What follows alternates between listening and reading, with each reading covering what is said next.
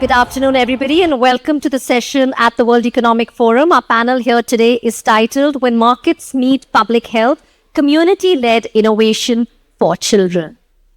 The theme of Davos this year is the spirit of dialogue, and this conversation embodies that spirit by bringing together leaders from healthcare, civil society, and social entrepreneurship to explore how citizens-centric innovation can transform the lives of children.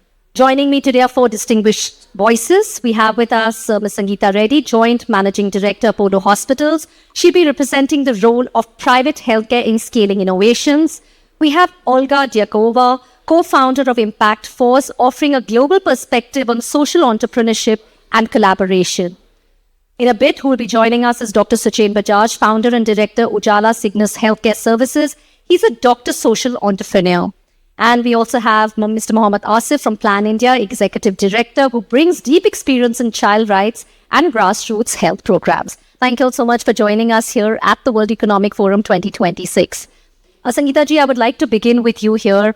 Since we're talking about communities, how can we really empower communities and especially children? How can they take ownership of health and hygiene practices? Apollo has done so much work on the ground.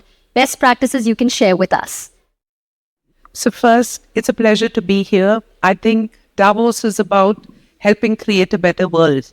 And healthcare is at such an important inflection point. There's technology which is transforming. There's access to new age medicine, science which is giving us new cures. And I think the health systems that will excel, survive, and become really the leaders will be those who think like a technology platform, yet act like an operating system and retain the heart in the system.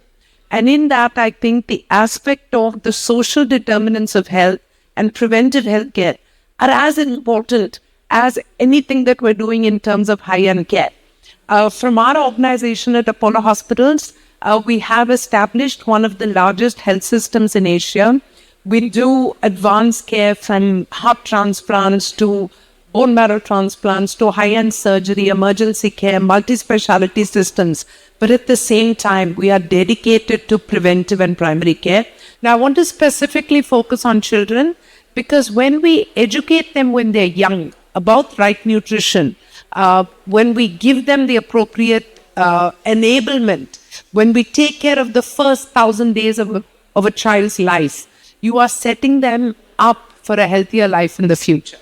So these happen in partnerships with, say, Reckitt & Coleman, who's helping on, they help create a hygiene path. So children play and learn the importance of hygiene. Olga, I want to ask you from the global perspective, we've heard what is being done, in Anaconda, but I want to ask you what lessons from global child health innovations could be adopted to strengthen the entire citizen-centric development. Tell us a little bit about the work which you do. Thank you so much. I'm really honored to be here and to share our experience from Ukraine. So when we are talking about children's health, we focus always on medicine, nutrition or sanitation. But one critical factor is often missing from strategies, chronic stress. And its core problem. Public health system cannot carry this alone. Markets shape daily behavior. Employers shape parental energy. Digital platforms shape attention. Schools shape daily rhythm. And when resilience tools are embedded into these systems, health protection scales naturally. So children now do not need perfect conditions. They need regulated adults and predictable systems. What works in the war environment, simple, measurable, human-centered solution, and for sure it should be for free and affordable for everywhere, and often works everywhere. And when we integrated these simple tools in our daily routine for adults, into markets, into education and communities, child health stops being a separate sector and becomes a property of how society function. And so this is how markets and public health stop competing and start reinforcing one another. So we developed a lot of really, really simple tools like a technique of mental relaxation and how to measure it and integrate it now everywhere in our society, services and education.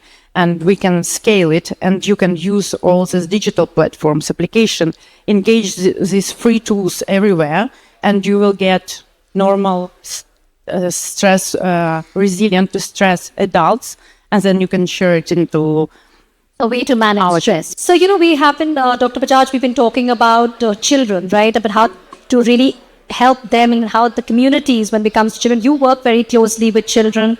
What are the most effective ways to teach children about the importance of hygiene, obviously what leads to health, and that we can make part of their daily routine? So I was just interesting that you asked me this. I was just discussing this at an AI session that we were speaking on earlier. And with the advent of AI, I truly feel that knowledge has been democratized to such a great extent that children now, even in grades 10 or 11, are asking us that why should we go to school? Because there's so much available on our fingertips which our teachers can never teach us. I think it'll be a much better use of time to teach these kids basic wash, activities, hygiene, how to handle disposable waste, especially solid waste, which is a big problem in a country like ours, where if you go on a road, you'll see solid waste on both the sides of the road there.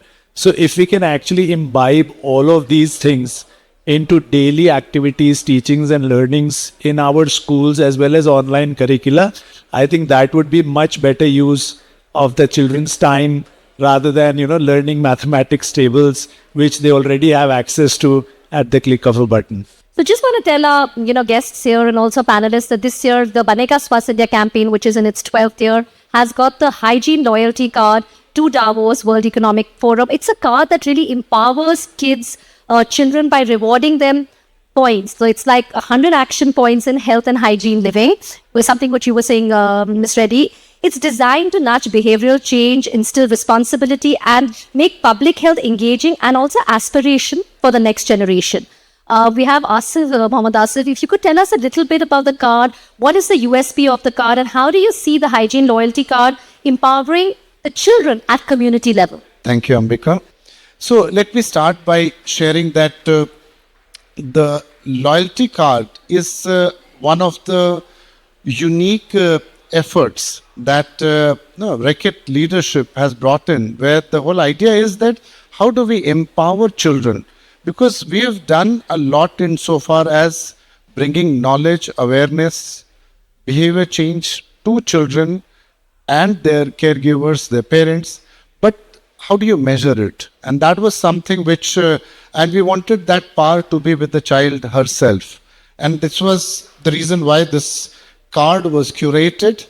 This is a very simple card. It's like any other credit card or debit card that we see, which has the logo. It has all the potential that any card has it.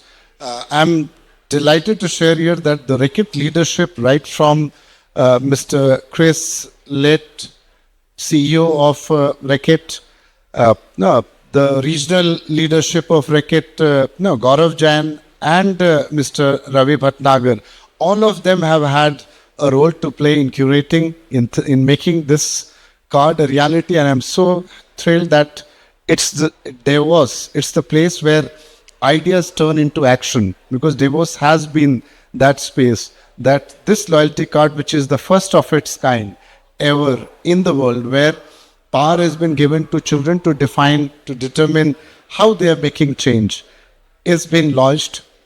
And as you rightly mentioned, Ambika, this is not just a work of a few months or a few years. It's 12 years in the making. And probably the Dettol Banega Swasth India is one of the largest social development program anywhere in the world. More than 1 million schools and millions of children have directly been participating, actively engaged in bringing transformation, making their move towards a healthier and a happier life, not just for themselves, but for their peers and for their children. And with this card, I think it's going to take the whole effort to a very different level. And let me also share that at Plan India, we are very convinced that this is the card which is going to be embraced by every child. And the ambition is to take it to 40 million children in the first phase. Amazing. And Plan India has been a very, yes, I think it's a very ambitious plan, but we've seen the work that has happened on ground. We've had partners, and Plan has been a long-standing partner. But just talking about collaborations and innovation, Apollo Hospitals, in fact, the group per se has been doing a lot of innovations. Health tech is something which we could take forward. How do you think innovations can really help children as well? How can they improvise, whether it's for their health, whether it's for behavioral change, whether it's, hygiene, for anything? How could innovation and health tech be used here? See, I think the world that we're living right now, there are forces changing the way we live, we behave. The first one is really to have a digital access, which I'm sure the card will give. The second is to use doctors, knowledge, nurses, healthcare workers, of which we have a tremendous shortage, but to be able to augment and scale their knowledge across geographies using technology. And the third is effective collaborations and partnerships that we're talking about here, because the people who have day-to-day access to the children are not the ones who are actually in manufacturing or production. But when we come together, we can take this knowledge further. So creating platforms and enabling environments to scale knowledge, to share best practices, and to make lives better is really what I'm talking about. So imagine if we take this card and talk about health, talk about hygiene and its importance on health, appropriate nutrition, de-stress, and put these factors together. I think the end of the day, the important factor is a healthy, happy society, which is enabled either by treating disease well, so making healthcare affordable, accessible, and available. And the other dimension that we must spend enough time on is the paradigm shift on not just looking at sickness, but in health, in wellness, in prevention. So I'm very excited about the potential of this partnership to take it beyond hygiene and go into nutrition, go into mental health.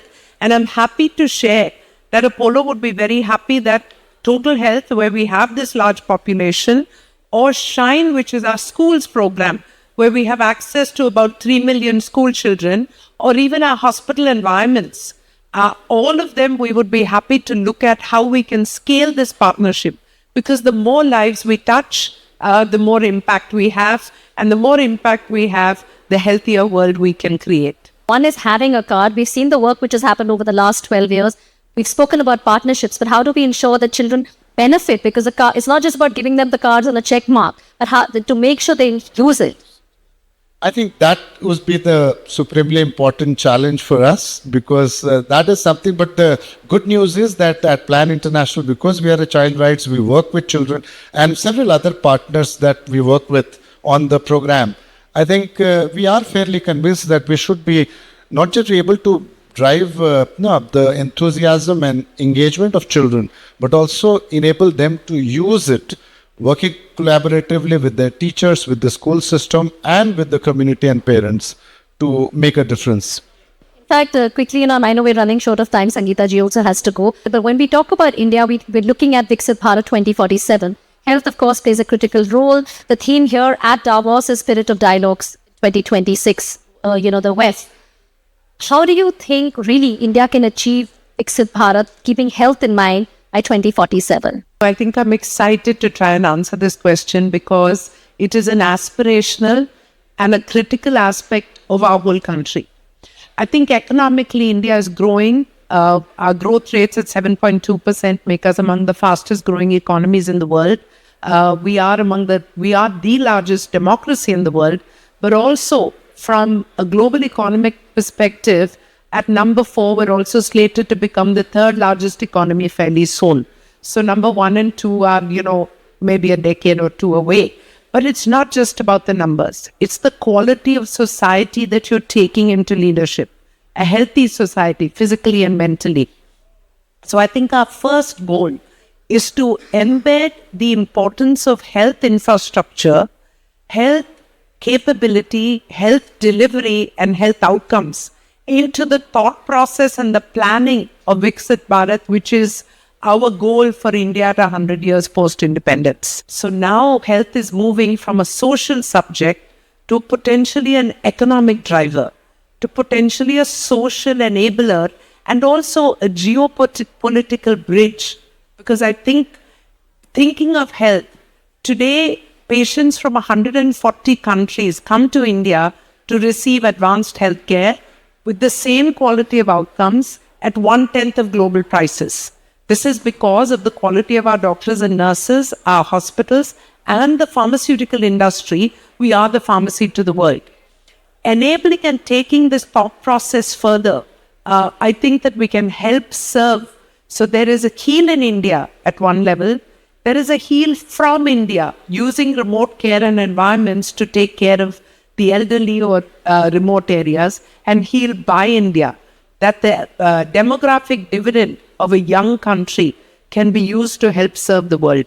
So all these are exciting aspects which become part of the master plan of Viksit Bharat, or India at 100, where we will have a healthy population and also help to serve the world to stay healthy. Thank you so much for putting that. I think you want to. Yeah, just to add, on the Viksit Bharat, the point is not just about reaching that goal, Sangeeta ji, and you have beautifully put, especially from the health lens, that it's not just about the palliative or cure, but also looking at health in the preventive and the pre-preventive stages as well. But I think the important question which I would like to also bring here is that it's not just about reaching that goal of Viksit Bharat. It's also about retaining that position and continuing with that. And that's where today's children, who will be 21 when India achieves that stage, they have to be nurtured and supported. So again, circling back to the question of that. So it's about, we'll have two challenges to play with. One is to reach that goal, and the second is to retain ourselves on that goal and continue to keep the ball moving. And that's where investment in children, population into that. And investing in children is therefore the smartest thing to do. There's a direct connect with the economy as well, right? Dr. Bajaj, as a global social entrepreneurship awardee, you've obviously worked on ground. You're also working in the States where our campaign, Banega, Swasth India, has been working. We were talking about the hygiene loyalty card, which, we brought to Davos this year. How do you see, the intersection of access and innovation when we talk about that? Health tech transforming last mile healthcare connectivity. We were talking about the ASHA workers, how they help make sure that access is given to each and every one. I mean, ensuring that our health reaches all. Your take on that, especially on health tech, I feel. So till very recently, I also used to sit on the board of FIT at IIT Delhi, which is the Foundation for Innovation and Technology Transfer. And there we mentor a lot of health tech companies. I am personally an investor in a lot of health tech companies. The most recent one that I saw, which I felt very proud of, even though I don't think it's a very investable concept, is a company called KudaDekho.com or WatchYourGarbage.com. So KudaDekho.com, which means watch your garbage. Yeah. And in that you can very easily watch out for any garbage anywhere. Just click on it. It gets a geotagged photograph and puts it up on the municipal corporation helpline as well as online on social media to just maybe name and shame the localities that are doing that. I'm an investor also in a lot of other companies like a diabetes monitoring platform where you can monitor your diabetes on a daily basis, in fact on a minute-to-minute basis, and see what is impacting your blood sugars, whether exercise really affects it or whether some particular food items are affecting it, so that you can manage your blood sugar levels to a greater extent. So a lot of health tech companies coming up which are managing day-to-day problems and giving a lot of insight into our daily routines as well. I'd like to thank all of you for joining us today. Thank you all for listening so patiently. It's really been a pleasure to be here at the World Economic Forum 2026 at TPC House. Thank you so much.